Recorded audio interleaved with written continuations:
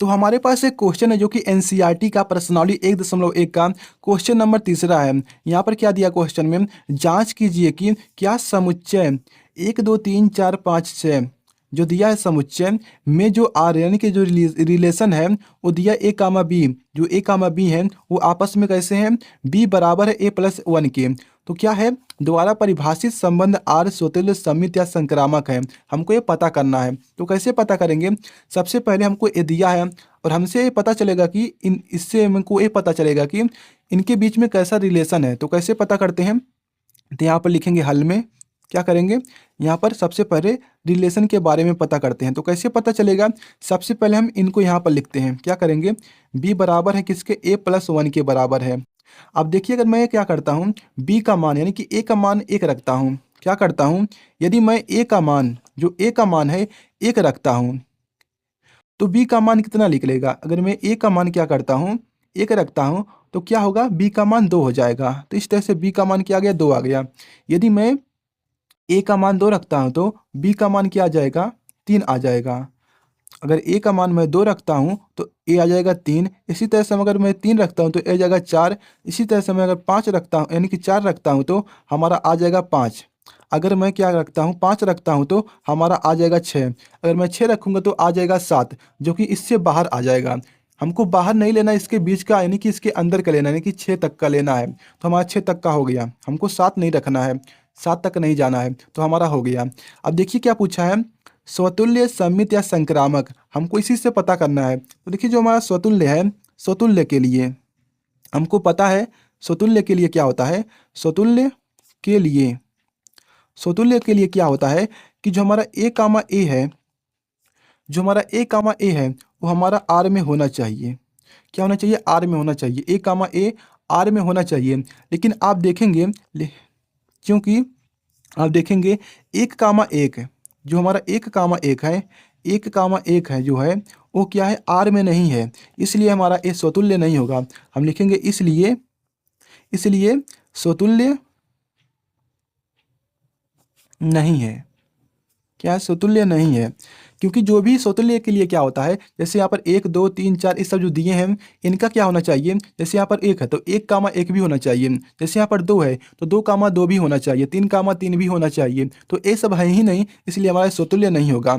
अब देखिए हमारा आता है सममित, तो सममित के लिए क्या होता है, सममित, सममित के लिए, सममित के लिए क्या होता है कि यदि ए कामा बी है, यदि ए कामा बी आर में है तो बी कामा ए भी आर में होना चाहिए। तो देखते हैं, जैसे यहाँ पर दिया है, क्योंकि आप देखेंगे जो 1 कामा 2 है, जो 1 कामा 2 है वो क्या है, आर में है, क्या है, आर में है।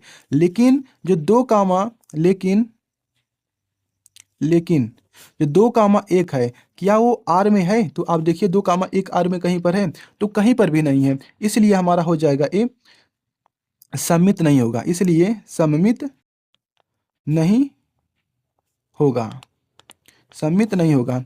अब क्या आता है हमारा, हमारा आता है, क्या आता है, ए आता है संक्रामक। तो संक्रामक, संक्रामक के लिए क्या होता है, संक्रामक के लिए क्या होता है, यदि मान लीजिए ए कामा बी है, वो क्या है, आर में है, ए कामा आर में है, और यदि और और यदि बी कामा ए यानी कि बी कामा सी, बी कामा सी आर में है, बी कामा सी आर में है, तो हमारा ए कामा सी भी, ए कामा सी भी आर में होना चाहिए, ये हमारा कहता है। यदि मान लीजिए संक्रामक के लिए क्या होता है, यदि ए कामा बी आर में है तो हमारा वो संक्रामक होगा। लेकिन अगर ए कामा बी और बी कामा सी भी है तो हमारा इसके लिए क्या हो जाता है, तो हमको ए भी चाहिए होता है, यानी कि ए कामा सी भी चाहिए होता है। अब जैसे कैसे समझते हैं, जैसे यहाँ पर क्या दिया है, जैसे यहाँ पर दिया है 1 कामा 2, 1 कामा 2, चूंकि 1 कामा 2 क्या है, वो क्या है, आर में है, क्या है, वो आर में है। तो अगर इतना दिया है तो हमारा पास हो जाएगा, हमारा क्या हो जाएगा, संक्रामक के लिए पास हो जाएगा। लेकिन अगर वो बी भी दे दिया है, बी कामा सी भी दे दिया है, तो हमारे लिए ए भी बन जाता है। जैसे आप देखेंगे यदि 1 कामा 2 यहाँ पर दिया है तो हमारा संक्रामक के लिए पास हो गया। लेकिन अगर बी कामा सी दे दिया, यानी कि बी कामा सी दे दिया, जो कि यहाँ पर दिया है बी कामा सी दे दिया यहाँ पर। जैसे हमारा ए कामा बी हो गया, अब देखेंगे बी कामा सी भी दे दिया है। तो अगर बी कामा सी दे दिया है तो यहाँ पर क्या हो जाता है, हमको ए कामा सी भी चाहिए होता है। तो ए कामा सी यानी कि 1,3 है। तो आप देखेंगे क्या है, यहाँ पर लिखेंगे, यहाँ पर लिखेंगे क्या, 1,2 आर में है, और 2 कामा क्या है, 3 भी क्या है, आर में है। लेकिन लेकिन ए कामा सी यानी कि 1,3 आर में नहीं है, इसलिए हमारा ये संक्रामक नहीं होगा, संक्रामक नहीं होगा। इस तरह से हम करते हैं, तो हमारा जो दिखा नहीं क्या, तो संक्रामक नहीं होगा। तो इस तरह से हमारा क्वेश्चन हो गया सॉल्व। तो अगर आपको ये वीडियो पसंद है, वीडियो को लाइक करके इस चैनल सब्सक्राइब कर लीजिए। तो मिलते हैं किसी को नई वीडियो में, और आपको वीडियो कैसा लगा कमेंट में जरूर बताइएगा।